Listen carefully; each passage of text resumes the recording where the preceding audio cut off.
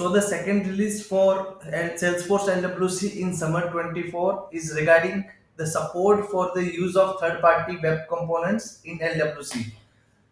Many of the times we get the requirement to include third-party libraries to enhance the features and functionalities of our Lightning web components, and often such third-party libraries require an open shadow root property or open shadow root behavior to append some sort of like divs or some sort of HTML tags into our LWC components dynamically to achieve their desired behavior.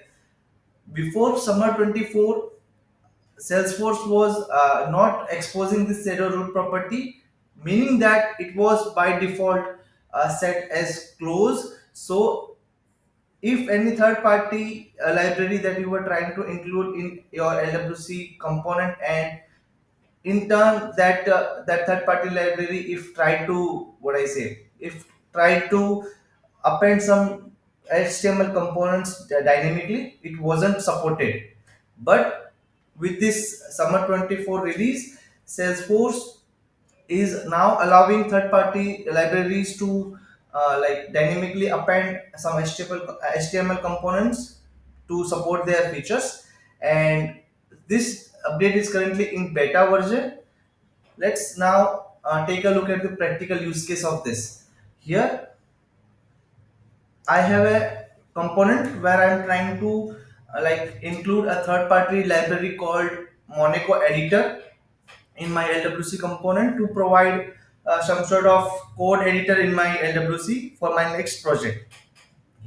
I'll quickly go through the JS of this component, and here you can see that with the help of static resource here, I have already set up the library in my static resource. Then with the help of this load script, what I say utility, I'm trying to load this what I say this third party library into my LWC component here. And as you can see, when I'm trying to initialize this third party library, it is trying to create some component dynamically within my LWC. Before I show you the output of this LWC, let's go to the XML section, and here you see I have set up the version API version 58.0, which means my component is currently working in what I say summer 23 release, not summer 24. So let's see this in action. I'll go to my browser. I'll try to reload my tab. I have already created a tab for my LWC,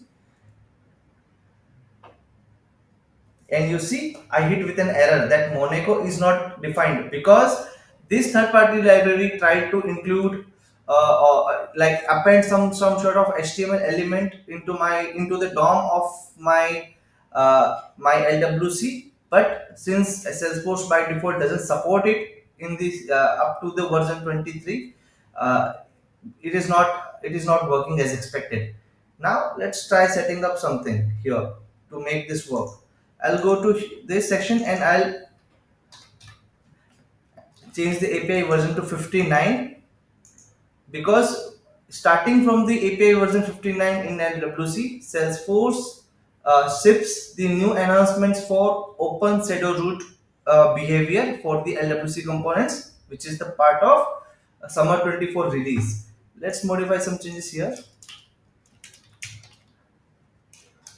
Demo for open shadow root.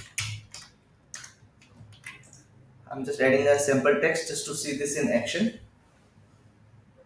It is getting deployed. Okay, let's go back to the org, and now let's try to refresh this page. Okay, the update didn't took place, it seems. Sometimes it takes time to take the refresh. Okay. Still, this is a problem. No, I think now see the component is now rendering here. I can type my code here.